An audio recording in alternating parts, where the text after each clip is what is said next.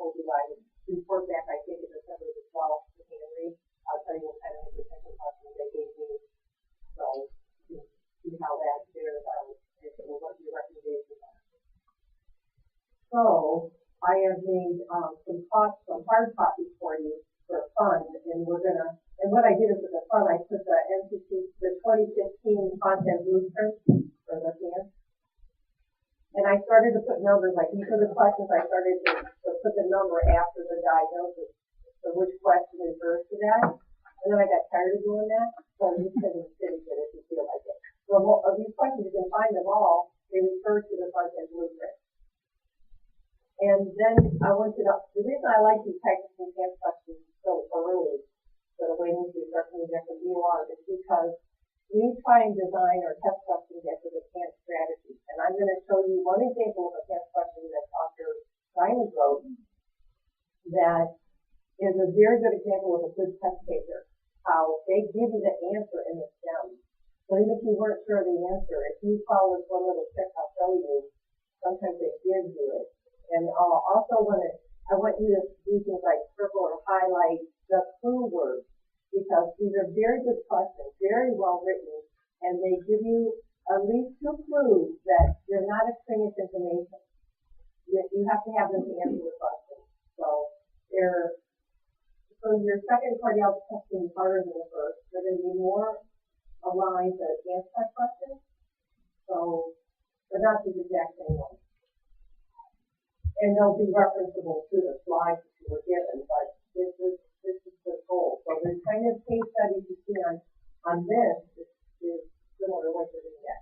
And you notice the test questions always at A, B, C, D, and E. So, and we're only writing questions with A, B, C, D, so it's more difficult. But I'll teach you how to throw out, at least on cardiology questions, and know about those as well. I'll show you how to throw out the ridiculous things and how to come down to, usually the answer questions are very good, producing 2 really good answers. So what we're going to do is we're going to start by going over the there's 60 copies here, so I'll give you my own. I think I gave you the one that answers somehow. There's one red on it. Yeah, I get that one. But that's published too. The exact same thing is published with the red and everything. So don't go on the website right now and pick out the answers. We're just going to start going to the hypertension ones and see how interested you are, how late you are, how helpful this is for you. We'll start with those, and then if we're going to go before questions right now. So what I'd like you to do is, once you get this paper, go to question number. It'd be better if you don't discuss it to the person next to it. So what would you pick? You should go first. Get your initial opinion, and you're only going to get like 30 seconds to answer it. So when you take the chance, you have no more than 60 seconds time-wise, or you won't finish. So we'll just do really quick, sort of get your gut feeling what you think the correct answer is, then we'll talk about it right away. So what I want you to start with as soon as we get there. So get your gut feeling before you consult with your neighbor. Just like you would in the CAN, you don't have anybody to talk to about it. Yeah. Yeah. I don't think so. You have to have a certain number of correct answers to pass. 4. So, for example, I think I got 100 points over what the minimum required was to pass for the candidate, but I don't know how many did. So, and it's different every year. What is the passing score? It's not as if it's a percentage, such as 75%. It's a certain number, and that's based on the average score for that cohort that was taken at that year. So in case it's a particularly difficult test that had a lot of new questions they were trying out, that's why they're going to go by whatever the mean that they decide it is. That's what it is. So I can't tell you the number. Of course.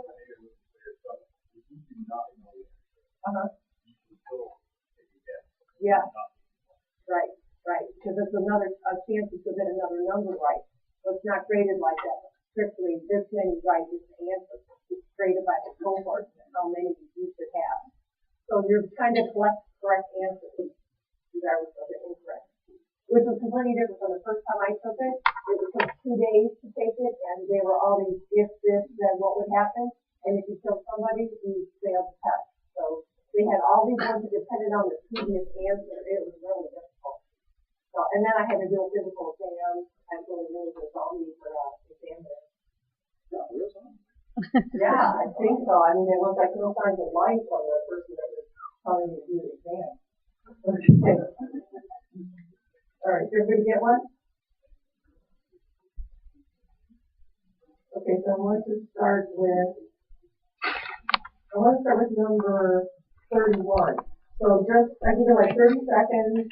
Just try, don't ask your neighbor, just see what you think the answers are 31, and then we'll talk about it. And don't worry about writing all the stuff I'm going to tell you about it.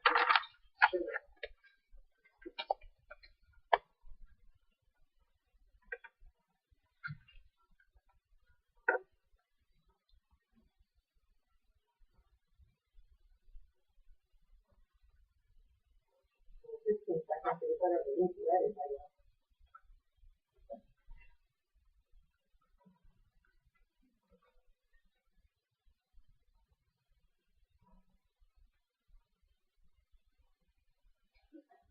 Okay, time's up.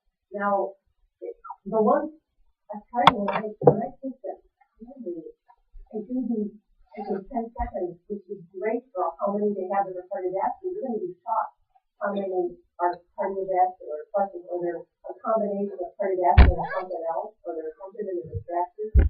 So that, if you can keep working with me through the year until when you come back at DOR, I'm going to help you get that test a lot easier, because you're going to have the confidence that you're going to get some cardiac questions a lot of the line, and that'll help your score go up if you don't do well others. So, okay, number 31, 67-year-old man with symptomatic orthostatic hypotension. Okay, he's an insulin aspirin. So those meds are going to have nothing to do with his blood pressure, right? And orthostatic hypotension is in the blueprint. So the most likely mechanism is autonomic insufficiency. How many people got it right? Who got it right? Nobody got it right? Nobody did? Somebody didn't even finish reading it. It's autonomic insufficiency. Oh, what is that? Oh, that's deep. What is autonomic? Okay. Okay, autonomic insufficiency. So this is really a diabetes question, but I included it because I like to call it a cardiovascular question because it's got orthostatic hypotension in it, but it's a diabetes question, it's a combination. So that's why there's even more than, they say 16%, it's more than 20%, because if you take any question that has some cardiovascular component, then I call it cardiovascular. I know this. You know. Yeah, no, you know it's diabetes, but we do have orthostatic hypotension. So orthostatic, what you all know what that is, right? Yeah. When you stand up, you're like lightheaded. Okay. So why would somebody who's not on blood pressure medicine get lightheaded when they stand up? It must have something to do with their diabetes, right? It's not neuropathy, it's dysautonomia. So that means their autonomic nervous system in diabetics doesn't work properly. They get all kinds of stuff. For example, they get gastroparesis where they don't digest food as well. That also has something to do with the autonomic nervous system, the digestion, and also just maintaining normal blood pressure when you stand up. That's really common in diabetics to have autonomic insufficiency or dysautonomia. So look at the rest of the questions, and they don't make sense. Here's how you figure this out, but the other question answers no good. Hypovolemia, they gave you no clues that he would do hypovolemia, so just rule that out. You just deal with the information they gave you. Did they say he was on a diuretic? Did they say he wasn't drinking? Did they say he was exercising vigorously or was sweating or anything? Nope. So that's why you free for their serotonin receptors. That would have to do with maybe having Parkinson's, something like that. That has nothing to do with this decreased cardiac output. Does it say he has Parkinson's? We know he's on aspirin and simvastatin, so maybe, but that's decreased cardiac output doesn't give you orthostatic hypotension.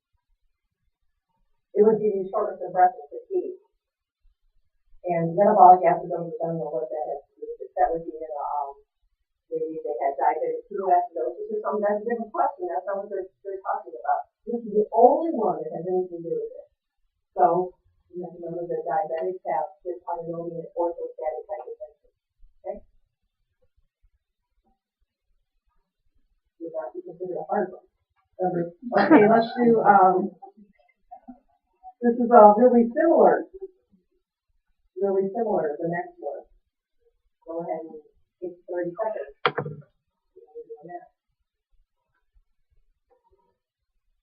Yeah, a long time before the camp, so don't worry about it. I think it could be very good.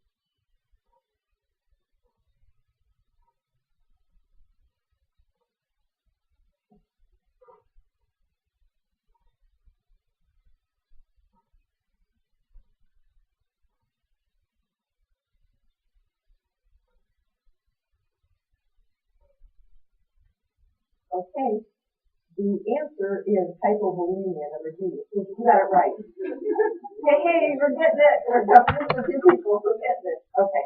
Now this one, what are the clues? Okay, this one's only 54. The elderly in the previous question, the 67-year-old, not middle age, getting towards elderly, is more common. Dysautonomia is more common in older people. So this one's 54, just middle age, and she has lightheadedness and graying of vision upon rising to bed. Okay, so that's all right. Sounds like orthostatic hypotension, right? Only it's positional. And her blood pressure is okay when she's sitting, and it's not okay when she sits up. And here's the clue: it's 78 when sitting, and it gets up to 106 when she sits up. And this is what docs going to ask you when you say, "Oh, they went with hypertension." They say, "What was the heart rate when they stood up?" They want to know that information. So the most likely cause on her is it's not see, the other one they already told you they had orthostatic hypotension. This one you're giving that as a possible choice if you make that decision. So the better answer is actually both answers are correct, but you have to pick the better one that's correct, and you'll find this many times in the can. There's two correct answers, which is the best. So you eliminate all the other ones. Decrease left ventricular compliance. What would that have to do with that? I mean, you don't say she has heart failure or anything like that. And actually, that would mean hypertension. If they had decreased left ventricular compliance, the heart would be stiff. So that would only have to do with diastolic dysfunction and hypertension. So that's not what we're talking about. We're talking about someone who's lightheaded. We want to know why is she lightheaded and have graying of vision. Decreased serum norepi. I don't even know what disease that is, but that's not, that has nothing to do with it. So hyperosmolar serum, I don't know what that has to do with it. Sounds way too complicated for this simple question. And so we have two that sound with hypovolemia or autonomic insufficiency. Well, number one, she's not that old, and she doesn't say that she's diabetic, although you can have it without being diabetic, but less, just more unusual. And the fact that it's so severe, and the fact that it's in the morning. So what happens by morning time? Have you been drinking all night? No. So you've had a fast and you're dried out by morning. And then a lot of times you'll urinate, or what if you urinated during the night, or you urinated after you got up, even more hypovolemic. First thing you need to do in the morning is not drink coffee, you need to drink fluid. So the coffee just kind of dilates more than you eat it again. So people are hypovolemic in the morning, and to the younger person, and I choose the fact that her pulse went up, the fact that the volume is low. What's the cardiac output still falling heart rate? Well, her heart rate is increasing because for what's that? For cardiac output or stroke volume? The stroke volume is down, so she's hypovolemic and she's hypotensive. And it's pretty dramatic. It's draining on her vision. Things with dysautonomia is not so dramatic. You're going to have really symptomatic the way she is. Very vague. Okay, so both answers could be correct. Hypovolemia, it makes no sense. And the clue that they gave you is that it's morning and that she's younger. So she does have orthostatic hypotension, but it's not from autonomic insufficiency. That's the least likely of the two correct answers. And the other one, the big clue was the age and the diabetes. Yes. Upon arising from bed, Well, I could assume most people get up in the morning. And they didn't take you to do the second shift worker or something like that. So you kind of assume it's a normal situation. If they arrive in the next day. Yes.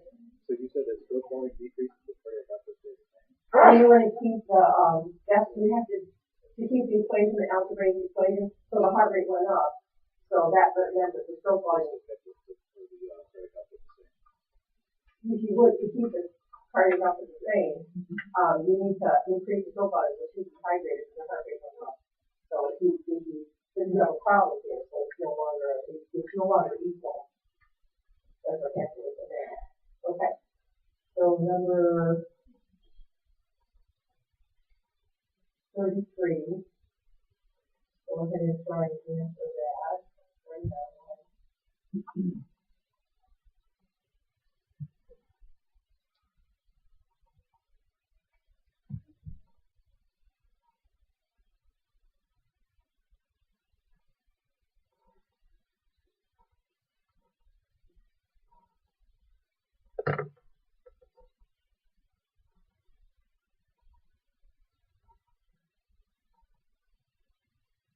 Okay, the answer on that is hyperthyroidism. I already told you guys about this one. You got it. Okay. So, this woman's 79, 1 month history of being weak, and 6-pound weight loss. This has been going on for a while. This is not just now happened. So she's in the ER with new onset atrial fibrillation. Most likely diagnosis. Remember, I said what blood test do you order for every new onset atrial fibrillation? Yep, a TSA. Besides getting the electrolytes and all that, you want to get a TSA.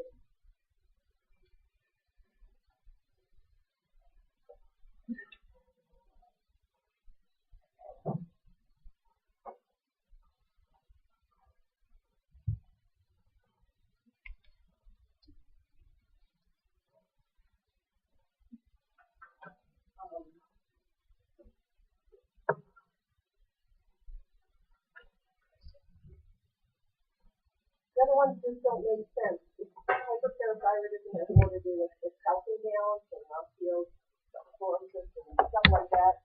That would not make you, you could have weakness from it, but they already told you got AFib, and that doesn't give you AFib. And Gallagher-Ellison method is saying that's not going to cause that. Hypercortisolism.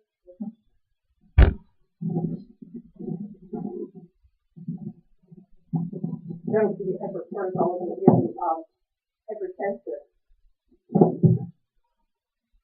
But it won't give you necessarily give you AFib, but hyperthyroidism is. So good job on that. I just figured that out. Okay, 34. Another blood pressure question. Go ahead.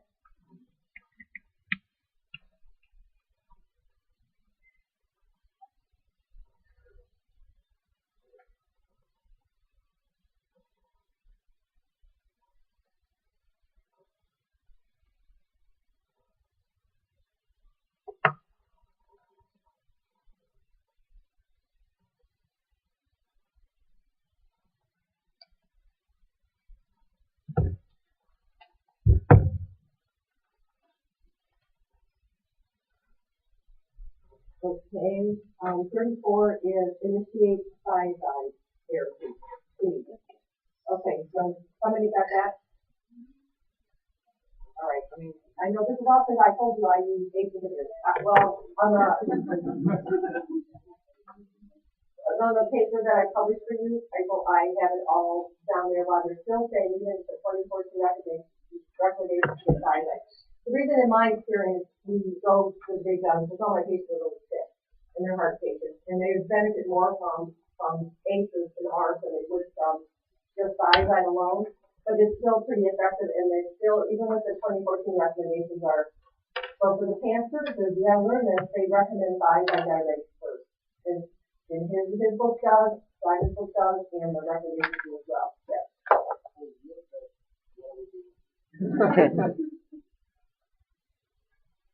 We're going to do like the pants.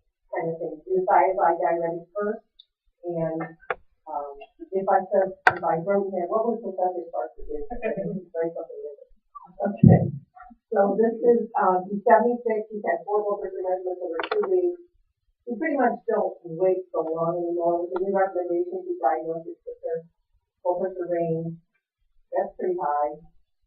It's systolic hypertension. No meds. Preferred meds, but not A. Definitely not no medicinal. So that's ridiculous.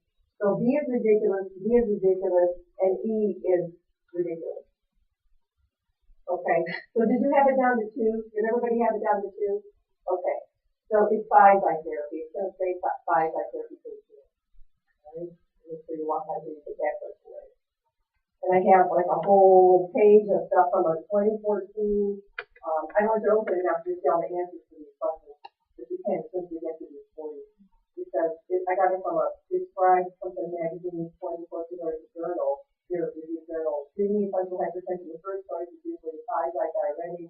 They said it was concluded in 2004 that the first choice is essential hypertension is the goal. There's a single agent therapy with thiazide diuretic.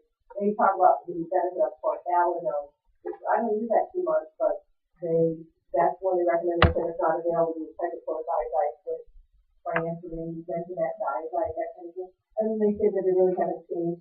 The studies show even in 2014, the studies show they're still, that's the most benefit is just starting with the hydrochlorothiazide. So that's what the recommendations are, but I don't get very many people with purely hypertension. They have heart disease as well. That's why we go through that. Okay, let's try 35. This is easy because you get questions like this, just little science questions.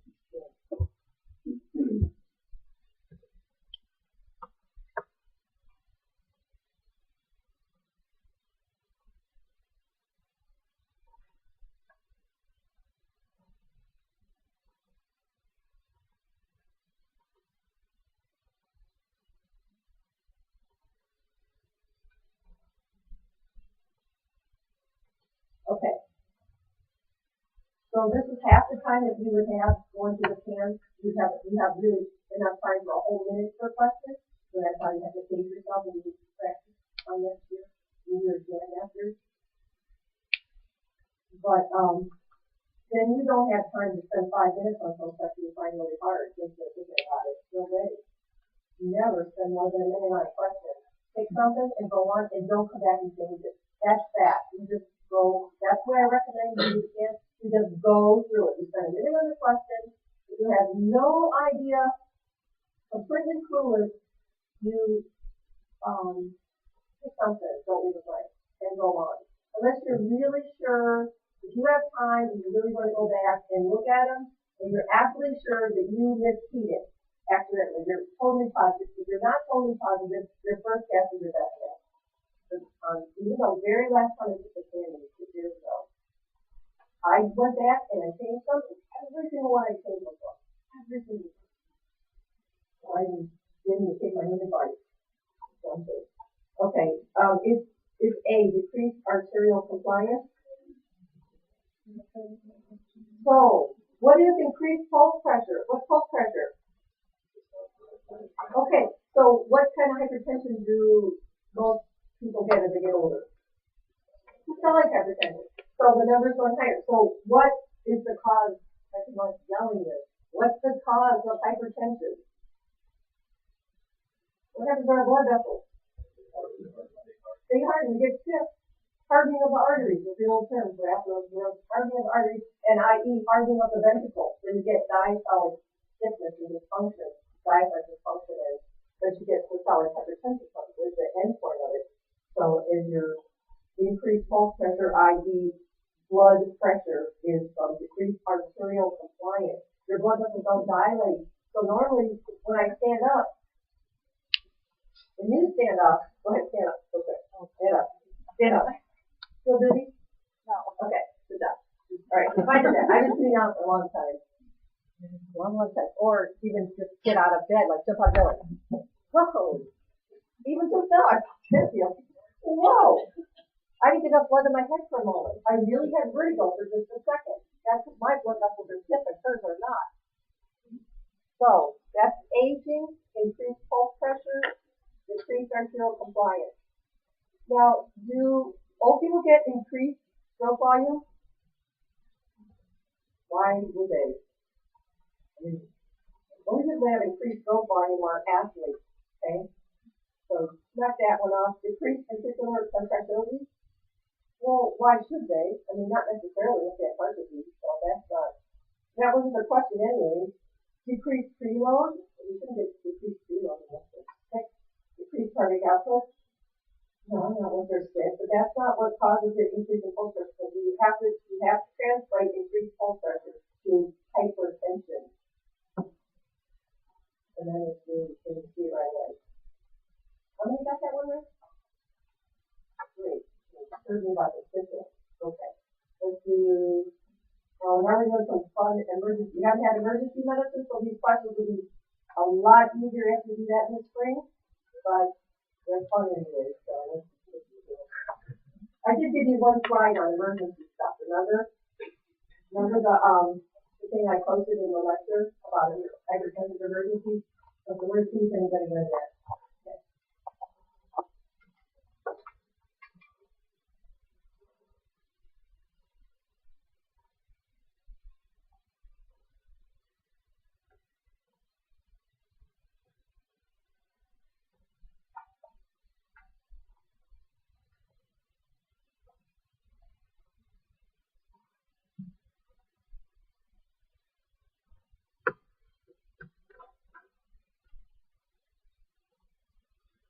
Okay.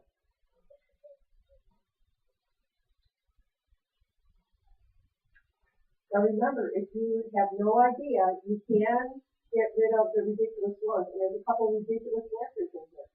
And if there's a medicine and you have no idea what it is, don't take it. Don't think that you might have some to do what it is. Okay. Okay, so 69, parent anterior chest pain. That sounds really bad. Blood pressure is really high. Even laying down. Her heart rate's really fast and her respiratory rate's fast. Her central venous pressure is normal, which means she's not having what? How do we know what her central venous pressure is? We could measure it, but she's in the ER. I don't think they. Yeah. Just look at her neck. That's all you should do. Look at her neck. You have to measure it. So that means she has had heart failure, correct? Is her neck flat? So she has some kind of emergency with her blood pressure and her chest pain. Okay. That was it. That was the first clue we have. This isn't heart failure. Cardiac exam, a lift. Okay. And a 2 out of 6. Another big clue, left sternal border diastolic murmur. So what's this happening? Anybody know what nitrosulfide is? I did mention that. It hurts, yeah, so it's for emergencies and technicolglycerin. It's very, very, very potent. Only used in the intensive care or emergency room setting. Okay, so they gave her something very strong to get her blood pressure down. And they want to know what else did you give her. So, okay, so we've already got medicine to get her blood pressure down. So they must want you to give something else, so they already took care of the blood pressure issue, right? Yes. They want her heart rate down, and why do they want her heart rate down? Something really bad's happening. Something bad's happening. Why would you have a new murmur?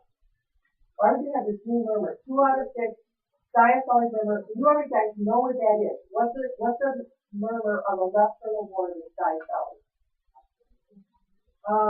Could be, not microversion systolic, left sternal border back diastolic. So what's up here? Tricuspid is further down, and tricuspid stenosis would be diastolic. This one's yes, aortic reverse. So something's happening to her what? Aorta. It's dissecting and now it's leaking. So that's a big clue they gave. They told you the diagnosis. They told you her aorta is dissecting. Okay, so if something is dissecting left sternal border, they just gave you a little clue. They didn't tell you the whole thing. The left, not the left second esophageal space, glowing diastolic. Remember, they didn't give all that information. Vester, leaning forward. Because she's so sick, she's laying down flat, and somebody heard a new word. When you see the word new, something ripped. You don't get like new microstenosis, a new psychostenosis to be your diagnosed murmur. And it's really sick and something ripped. She got pain. That's why. Is the murmur the valve or is it the dissection itself?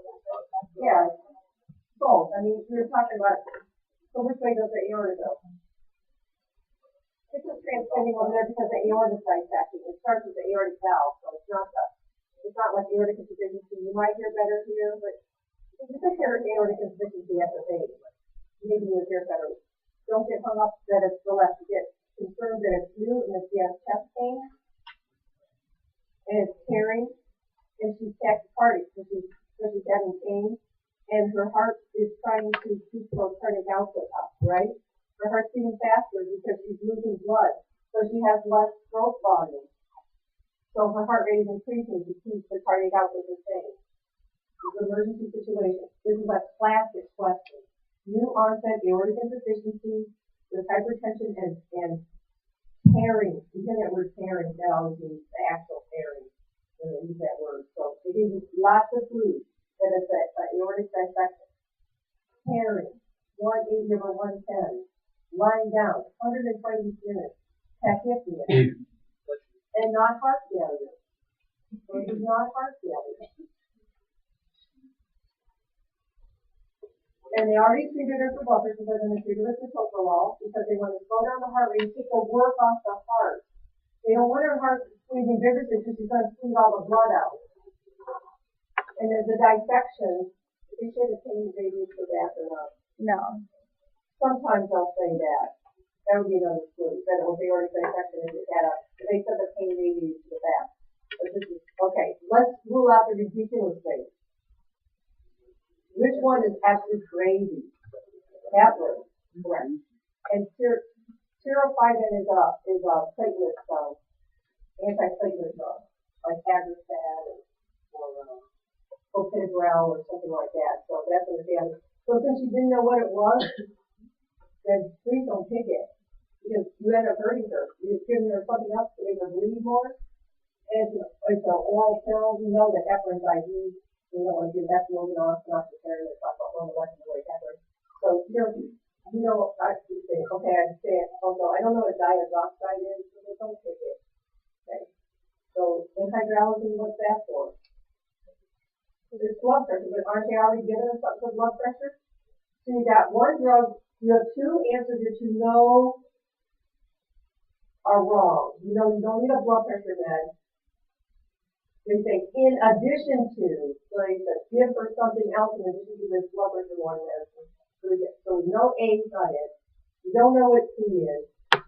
We know what B is, and we know that's crazy. And we don't know what E is. We don't take that. So the metoprolol is your best choice. And that would make sense. Decrease the work of the heart so you don't lose more blood. And you lower her blood pressure. Okay. And the metoprolol can be IV too. Yes. Not so much as it would, not like insulin cyclophosphamide. So what's wrong with that is if you lower the blood pressure so much, you circulate too high. You'll have less bleeding if you lower the blood pressure until you can cure this. So you're gonna, if you get the blood pressure low enough, the dissection might stop. The dissection does not mean that she's exsanguinating and the blood flow into her chest because she's damaged within minutes, seconds. When that happens, the patients in the lobby get through this happens.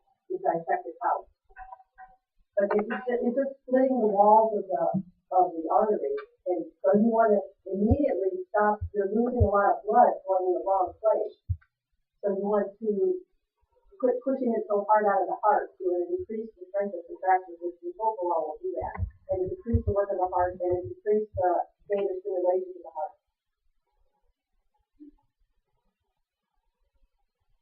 Okay, let's do. This is a good question. And here's another example. We'll talk about studies with it. These are studies.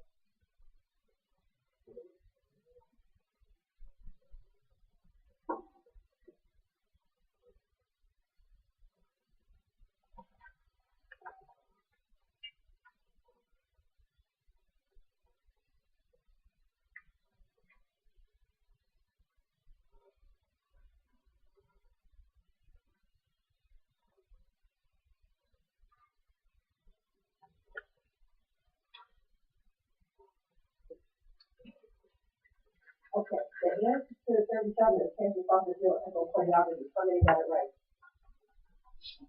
Okay, very good. And so I'll tell you how you can figure this out. Now, you might not know what some of these tests are, but until you do rotations, you'll hear about more of them. But most of them you do. Okay. One main thing you want to know about this person, Jim Martin, actually knows something exactly scenario happened to her during childhood. The sudden onset of severe ripping anterior chest pain.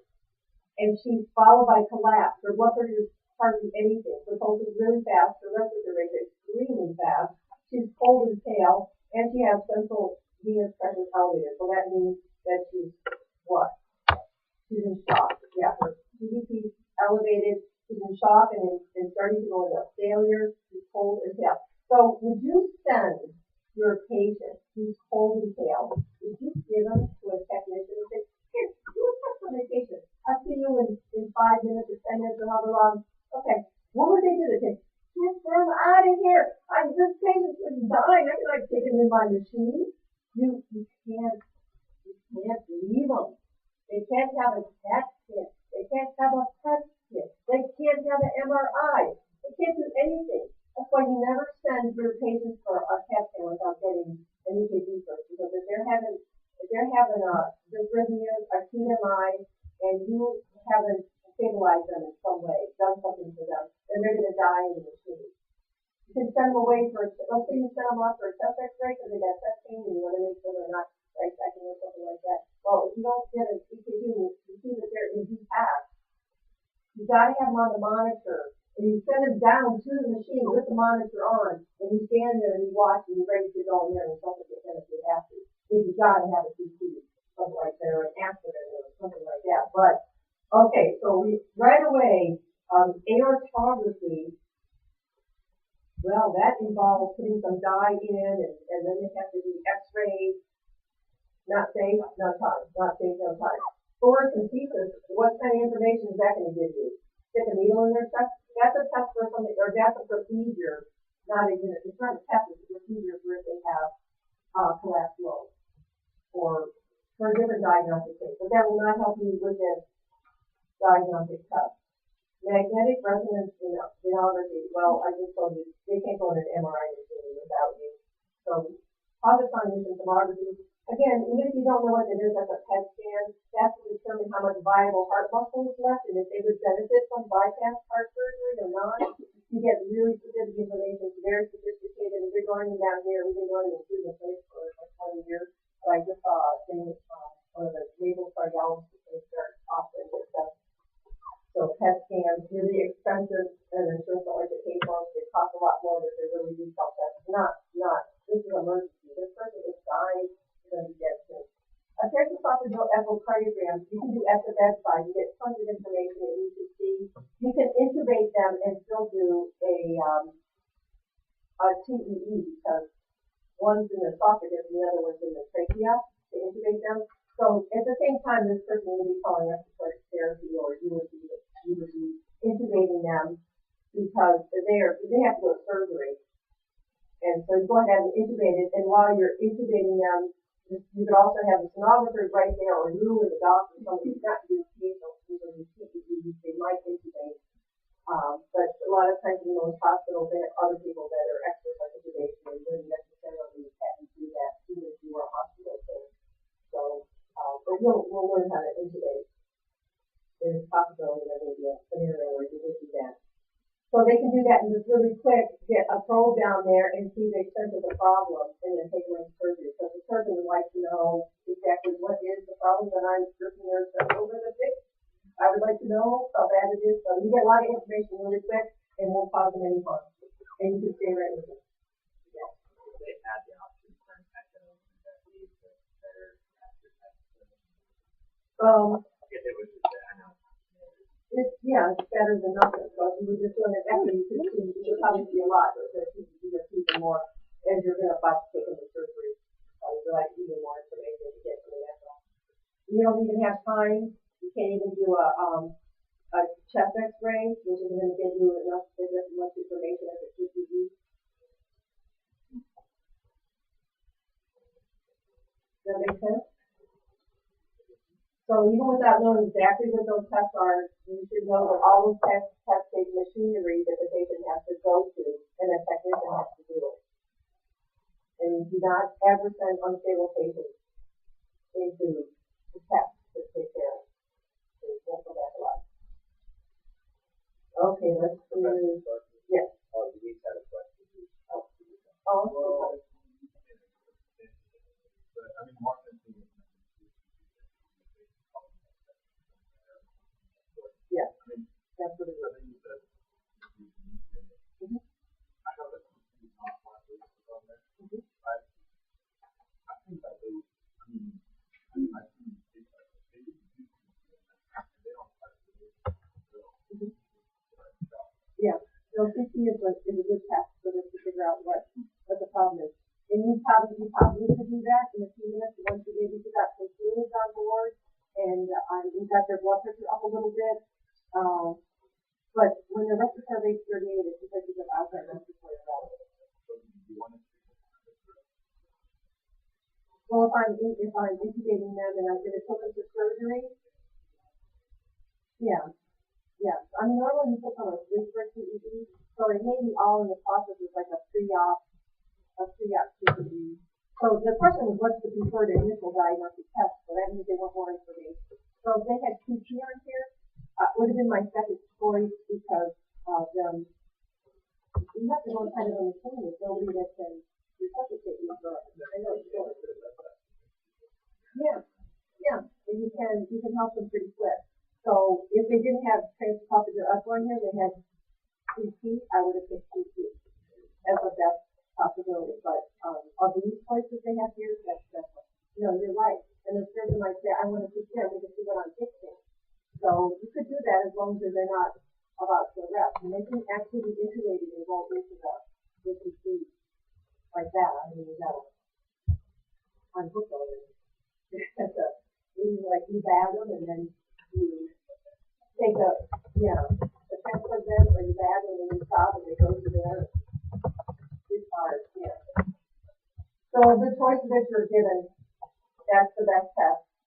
Not necessarily, that's the only test that you can do. It would be a good test for somebody that has this problem. Okay? You gotta pick what you have to do for. So let's do 38. A couple more.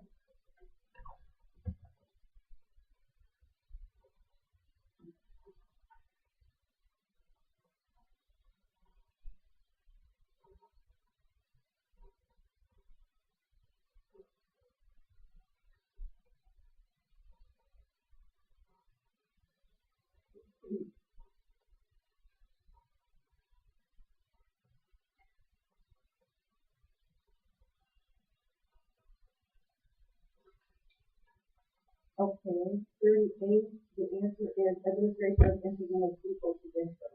And who is that? Hey. Do you disagree? He told us calcium first. Oh, Stabilize the membrane. calcium? Well, I mean, I don't know about this question, but he was like, stabilize the membrane with calcium, then get 50.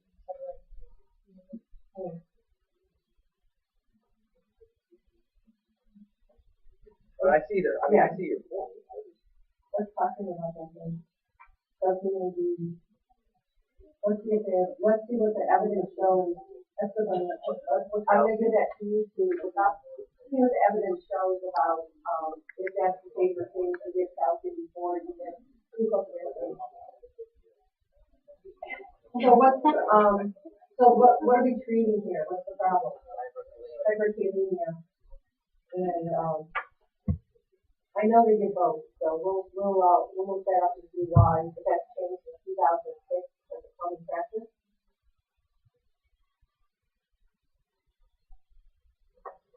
So that's a good example. We have two correct answers here.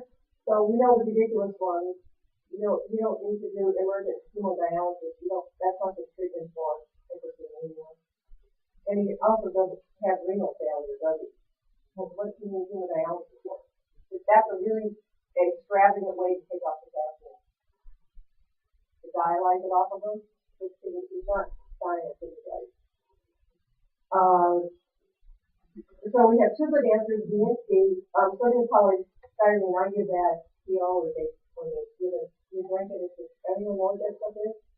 It's just yellow stuff and it tastes horrible, and they drink it, and that, I've, written just for that. I never did it as an enema. I mean, I think it's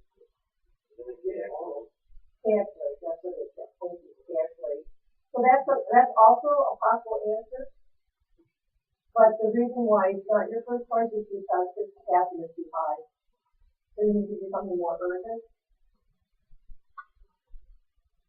And then the last one, intravenous epinephrine, has nothing to do with fixing that. So that's a ridiculous answer. So we got it down to 3 possible answers that are correct therapies. 2 absolutely ridiculous. The dialysis and the epi. And of the 3, the enema, I get knock that one out because I never gave the enema. I don't understand it. Probably don't absorb as much. So it's between B and C. So we're on the fence about that. B and C. We'll figure that one out. Diarrhea? Right, so it's like an enema. How's that? Or feel sore? I don't know. So probably there's more 3 ridiculous ones. Okay. Now the next one is really confusing, and I told you some stuff about it. So let's see if anybody got this one. Probably number 39.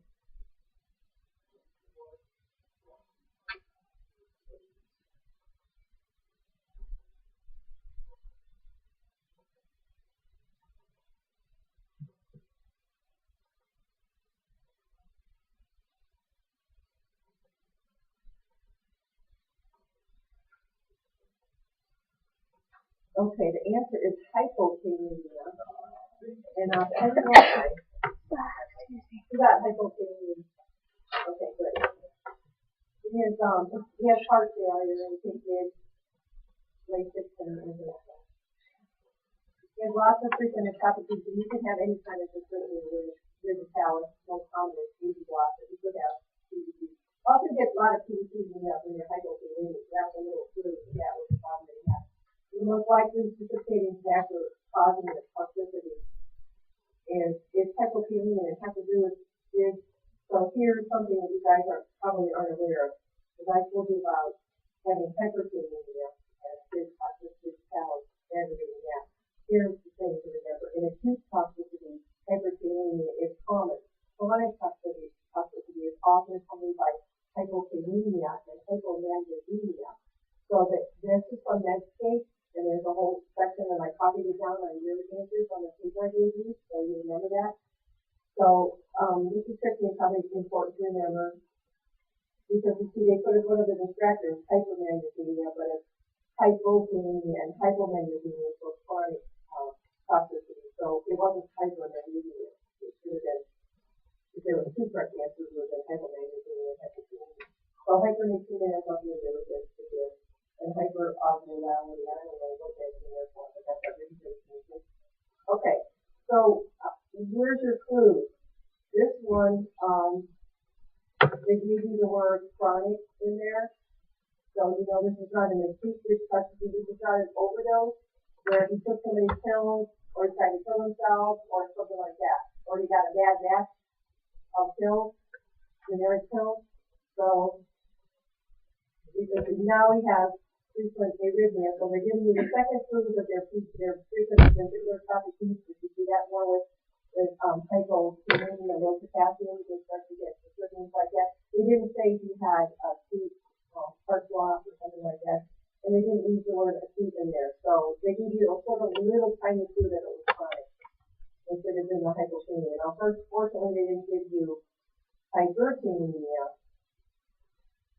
to confuse you.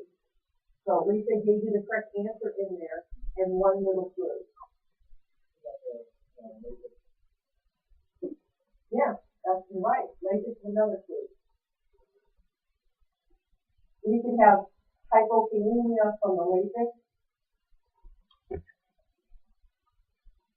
That's weird to pick up. Or he's on steroids, so he might be hypokalemia. So the word chronic the word furosemide, the word ventricular bleed. And then this toxicity you have.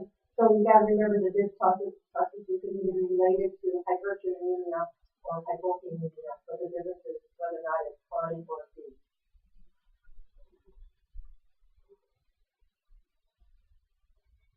So there's a whole article I got down to that was the last one here, number 40. It's the easy one.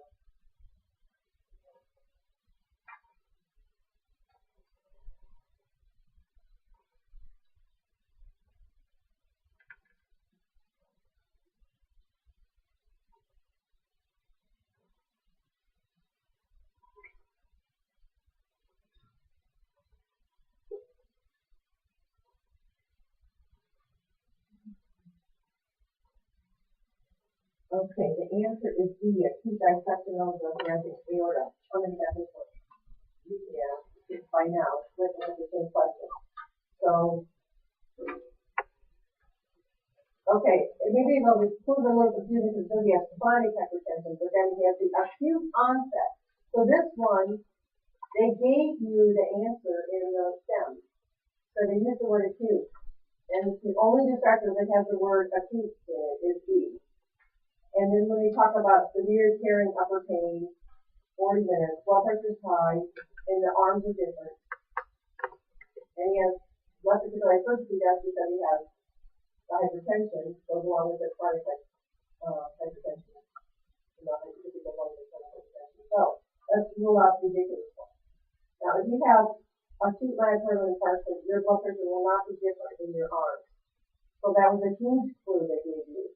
So right away, knock that one out. Acute occlusion of the innominate artery, not that common in that it's going to give you more like stroke syndrome, or it would not give you severe tearing upper, it would be something like that. Some odd stuff. Severe vena cava syndrome means that the blood coming down from the superior, the vena cava is got a clot in there, and so what you might see is you had your vena cava, the blood to the back of your heart. Yeah, and the face will be swelled, and the veins in the head and neck and the upper chest will be huge. Because the blood is having a difficult time getting back in the heart. So that they don't describe that at all, and it won't change the blood pressure like that. So Platen-Steele syndrome is when you get a blockage in the Platen vein or artery, and what happens is it steals blood from the vertebral artery that goes to the back of your neck and supplies your head. So you get you either get exercise arm pain because there's not enough arterial blood going to your arm, and you move your arm, it hurts, and you might have lower blood pressure in that arm, but most of you get neurological kind of symptoms from taking the blood from your head. It feels it retrograde. It goes the other direction. It feels blood that would have gone off the back of your neck, and now it's needed for your platelet. So that doesn't describe that at all. Again, we have this severe tearing. They love to use that word tearing. Think about, and then use that right there. Dissection. This is dissection. That tearing doesn't acute. That acute. Chest matches thoracic aorta. So they gave you that. They gave you the answer. So good job. Okay, the only other thing I want to see for sure is I'm going to go those 5 case studies in hypertension that I put on the PowerPoint. I need to get an answer to that. I didn't post those either. So just go over those in a little stop, and you can read through all of these on your. You'll see the answers are in red. And for a fun thing, why don't you go ahead and find which camp blueprint thing they go to, and I put a little number there to sort of say, yeah, there's another one. At least I have an example of a kind of a question that might pertain to that diagnosis. So if you do this for every single subject that you have, what's the camp blueprint for every subject you do, and you know something about each of those questions, those diagnoses, that will help you immensely. You know, something like that. I never heard of that. I have no idea what it is. Well, they told you before you get the test that you'll have a question on that. Not guaranteed. That's or they need to assess us. Okay, so let's go to the potential lecture. So we're going to do five cases of let's do like a learning desire.